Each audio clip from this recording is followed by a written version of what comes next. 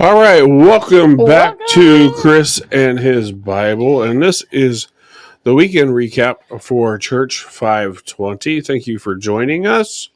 And if you like content that is essentially a verse by verse study of the Bible, go ahead and hit subscribe because that's what you get here.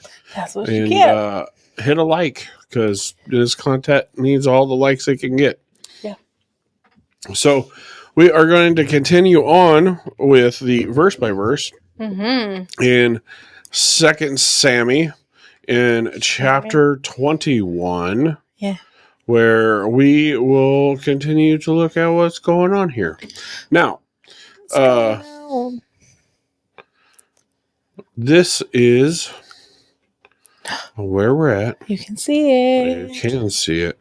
Now, we're getting into a thing here. It says David avenges the Gibeonites, right? So, one thing you need to know is that a famine came to the land, and David inquired by the Lord and said, "Hey, what's going on here?" Obviously, a paraphrase. Right. And God said, "Hey, because of what Saul did with the Gibeonites and didn't honor the covenant, that's why you've got a famine going on." And so David went to the Gibeonites and said, "Hey, how can I make this better?" Yeah. What can I do, guys? What can I do? Would you remember what they said? We don't want any silver or gold. We want 7 men from Saul's family. Well, kind of. Did they say that? Well, yes, but first they said, "Hey, we don't want silver, we don't want gold, and we don't want you to kill anybody." Oh, right. And then David was like, "Okay, whatever Then you what say, can I'll I do." get you? Yeah. Uh-huh. And then that's when they did the big ask, right? Yeah. We want 7 men from Saul's descendants. We want to kill them. Yeah, they wanted to hang them, and they wanted to hang them where? Back where Saul's from. In his hometown. Mm-hmm. And David said, "I will get them for you." Okie dokie. All right, then. Guess I already made my promise. promise. Here's the thing. Gibeonites, who are they? What are they? Where are they from? What's going on? Now, we need to know that they are not a part of the Israel. Right. They were already in the land of Canaan when Israel came into the land, the promised land. And God had told Israel at that point not to make any covenants with the people of the land, right? Because God didn't want them hindered or attached to said people. Unfortunately, they did not listen. And after Joshua had done to Jericho what he was doing, right, the Gibeonites actually put on their Sunday worst, their ratty clothes, and got their stalest bread. They're like, help us, we're poor. And they said, "We walked so far just to come meet you, get in a covenant with us, protect us." Yeah. And he said, "Okay, yeah, we'll do it." And then when Saul got into power, he's like, "Forget this mess," and then had a bunch of bloodshed with them. Right. And that's where this is all stemming from, and that's where this famine is coming from, because God was upset that a covenant was broken, right? I mean, yes, he would have been upset that they didn't listen to him and not make a covenant, but more than that, he was upset the fact that they did make a covenant and they did not honor it. Yeah, he's big on covenants. Right. And so that's what's going on here, right? And so they ask for Saul's descendants because obviously they want essentially blood for blood. Right. Right. And so David's like, "Okay, I'll do that." Do you remember who he actually gave to them? Yes. He took the other Mephibosheth. Not Jonathan's son. Not Jonathan's son, the uncle. And his brother. Something. Yeah. Armoni. Oh, So those were two sons of Rizpah. yeah. And do you remember who Rizpah is? She had the Riz. Not really. Aya? Huh? Is it Aya? Well, she was a concubine of Saul's. Mm-hmm. And these were two sons of the concubine. Sure. Mm-hmm. And then, do you remember way back in the day when David first arrived on the scene and he was like, and he took down Goliath and Saul was like, you can have my daughter, Michael. So he married Michael, but then stuff went down and then he gave Michael away to another guy. Mm-hmm. And then later he was like, I want my wife back. And so they took her from this guy that she'd been with for years and had kids with. Those 5 sons. Yep.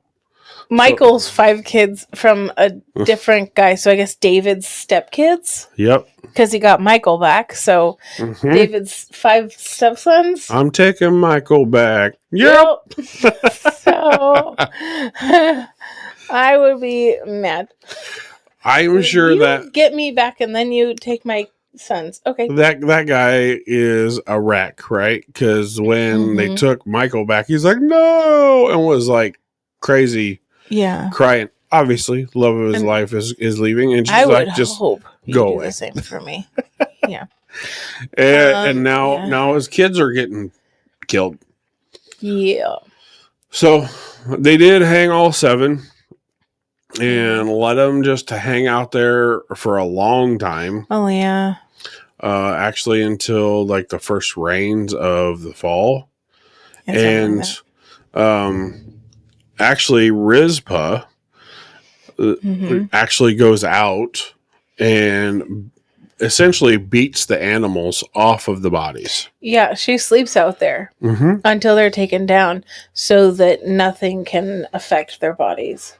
Well, right. So it was a thing of like she didn't want the animals to get to the bodies, and it wasn't that until they took them down, because there was no plan to take them down, right? Correct. No, I'm saying she did it until they took them down, right? Because she was out forever. Because she was out there doing it. David's like, oh, okay. And actually took them down and then buried them in their grandfather and father's tomb. Yeah. Right. He honored her. Yep. So he honored what she was doing and buried them and kind of, gave them some honor. Now, after this, here come the Philistines again. Again, all of the brothers. Again. So, and now David's actually fighting, and one of Goliath's brothers, Ishbi-Benob, actually almost kills David. But luckily, Abishai was there and saved David's bacon. It's funny because he's a Jew. And the people were like, hey, bro, you're not going into battle anymore. Right? Because we need you as a king. As a king, for sure. We don't need you dead. All right, okay. And then there was another battle that happened at Gob, where Saf was killed by another guy, which was another giant. And then there was another one where another giant got killed. Right? Six-fingered man. Six-fingered man. Killed my father. Prepare to die. Okay. That's enough of those movie references. And then there was another. So before the Six-Finger Man, there was another one. So we're talking boom, dead. Boom, dead. Boom, Six-Finger Man, dead. Right? So that means that those 3... plus Goliath, because they were all brothers, are all dead. Because if you notice in here in the section, it says the 4 who were born to the giant in Gath, right? And if you go back up in the other verses, it talks about that were of that giant, or, of that person. Right. Right. So all of the brothers of Goliath gone, either by David or by David's people. Yeah. It's kind of crazy, don't you think? Now, with that, we got some key takeaways for the week. Yes. And let's take a look at them here. Key takeaways. Now, one is that be honorable in dealing with people, right?